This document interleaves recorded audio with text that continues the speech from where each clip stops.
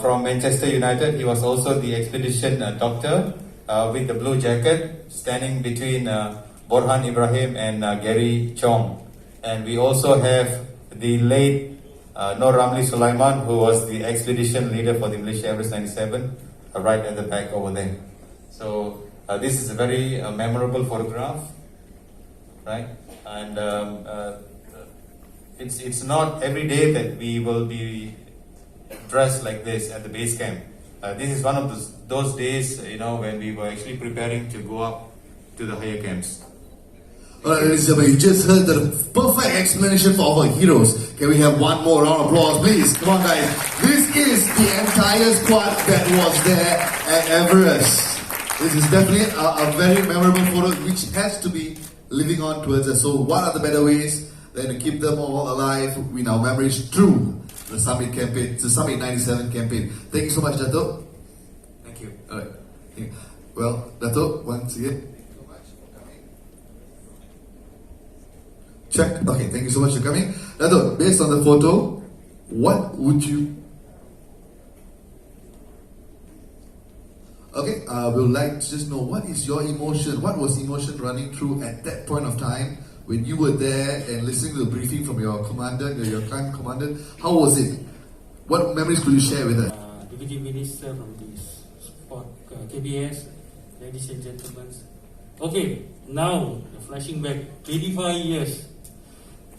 Now we are at the base camp. Of course, you look younger 25 years ago. You got more energy. Okay, of course we are at the base camp almost 2 months. Everybody are asking, but the expedition took about 64 days, 3 months. People are asking us why it took too long to climb. Of course, you have to climatize yourself. So this is one of the process. Most of the climbers, 10 climbers, we were doing routine climbing camp 1, camp 2, camp 3 and 4. So unfortunately, some fell sick. Then we have a doctor there, Dr. Ko.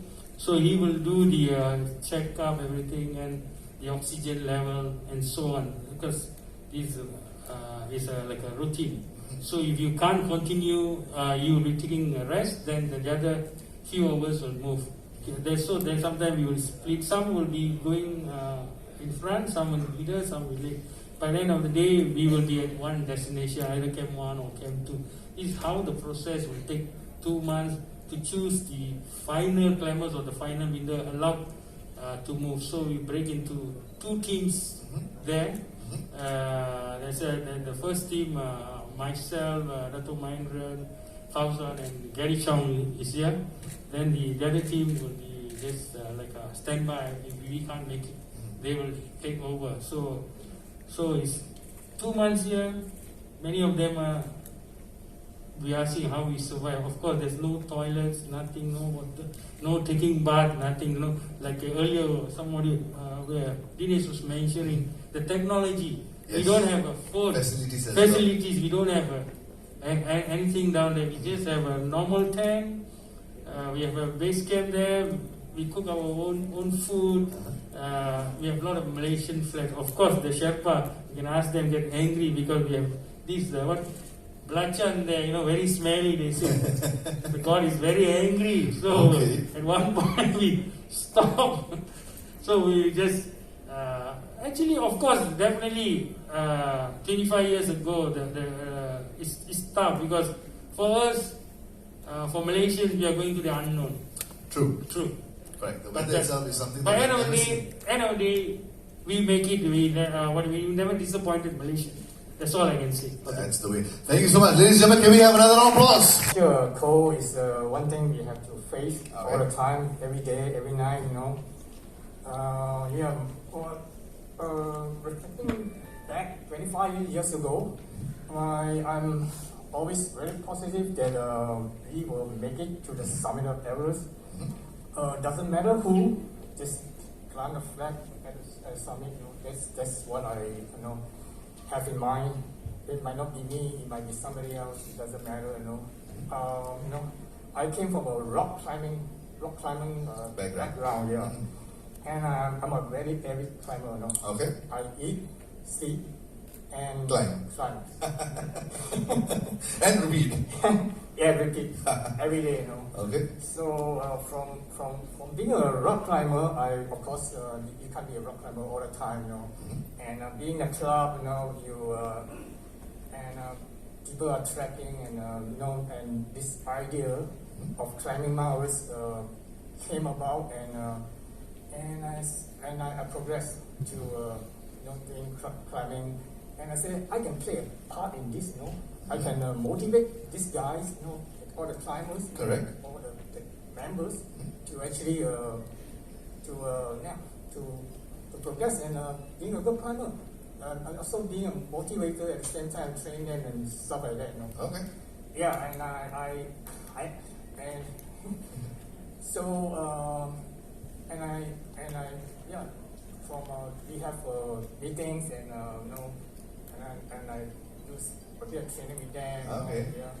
And I motivate them and stuff like that. So even during the expedition, I try to do as much as I can and try to motivate them. Okay. And, So basically, so I like the idea that you said that planting the flag is the main objective. That is what it's supposed to be, guys. This is what we're trying to say. It's all about the flag, and we want to make sure that the flag remains as tall as the Everest, right? I fall short of the time, Mhm. because of my disability. Okay. And I almost there, I can see it, but I can't reach it. It's okay. Like you said, you have your teammates to bring it up for you as well. Yeah, exactly. It doesn't matter, Okay.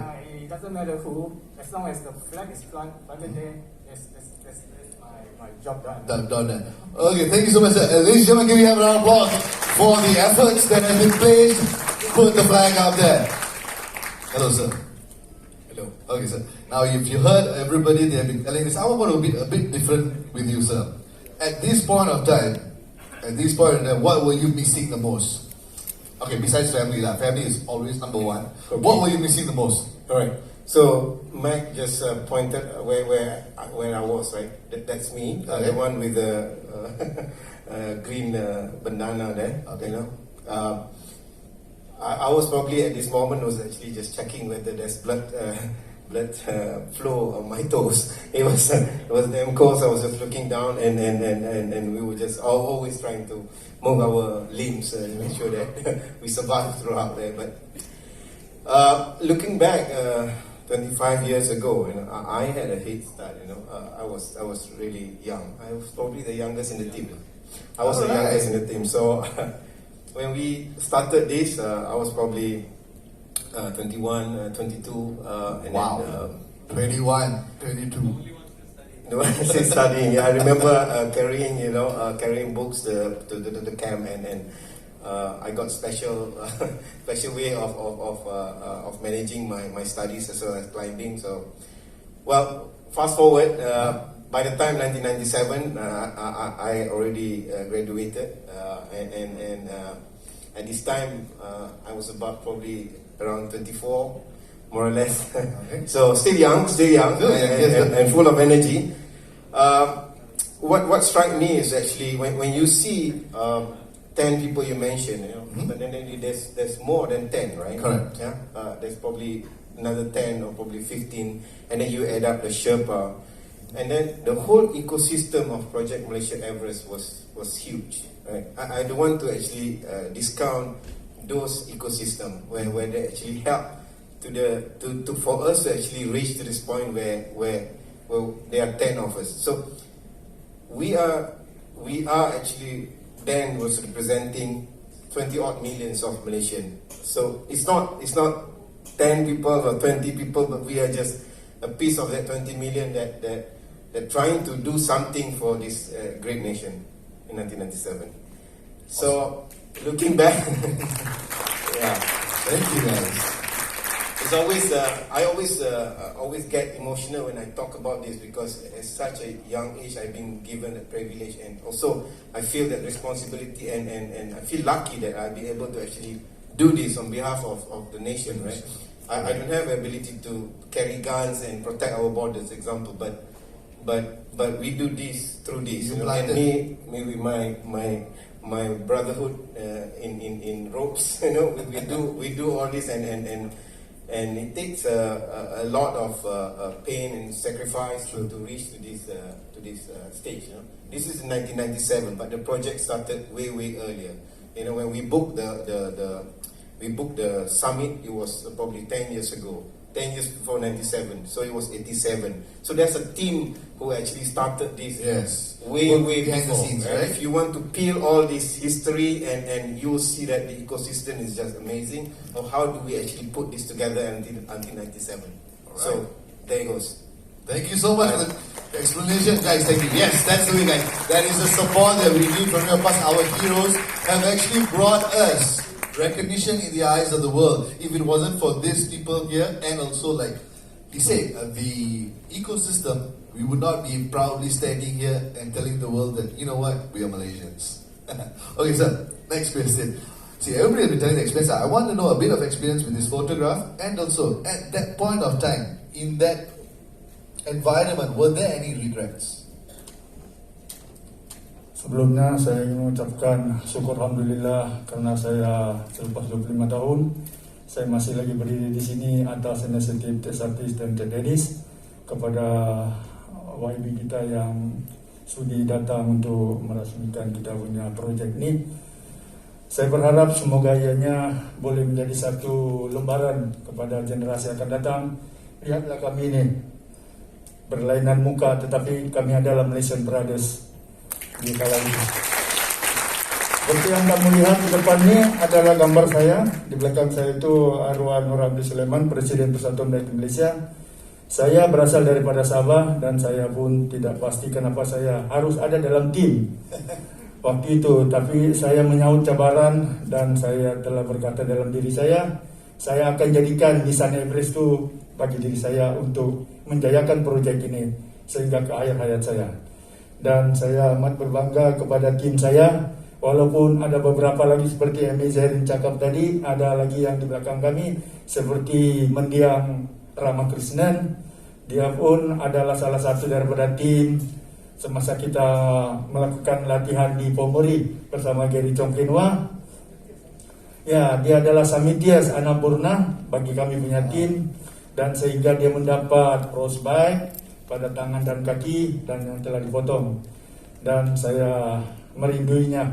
Kawan-kawan saya yang telah pergi, Amy Zairin, Fauzan Haji Hasan, Fauzan Haji Hasan dengan Murti. Karena di dalam ekspedisi ini macam-macam yang berlegar di kepala kita.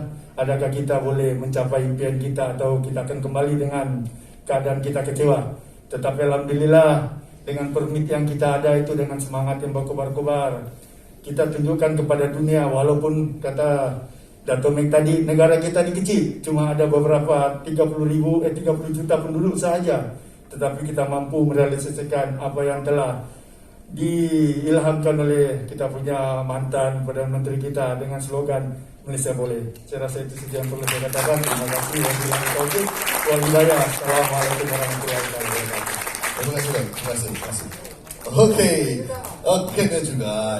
Dia kena juga. Sebab kita nak tahu pandangan sudut daripada semua pendaki-pendaki kita ni. So, dari pandangan Tuan, dalam masa gambar ni, adakah ada apa-apa, nak tahu pengalaman sikit, dan adakah ada kesalahan tak nak menjoin ekspedisi ni?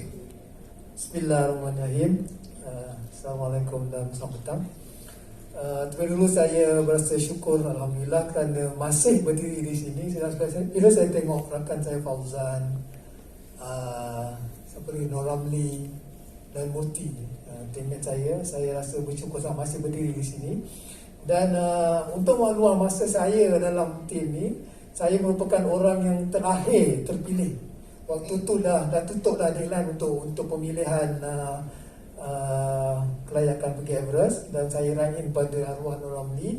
Waktu tu saya kat Penang dan terpilih. Dia pun sebelah rahim dan terpilih.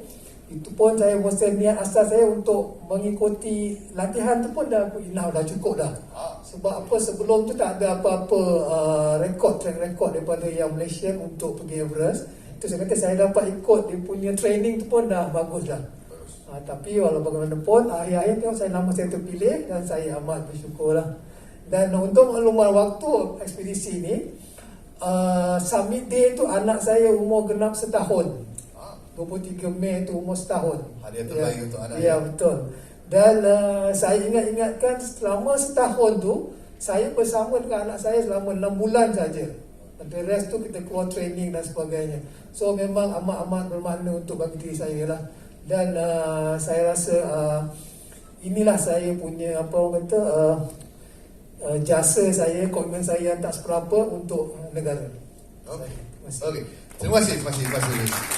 Okay, ladies and gentlemen, thank you so much.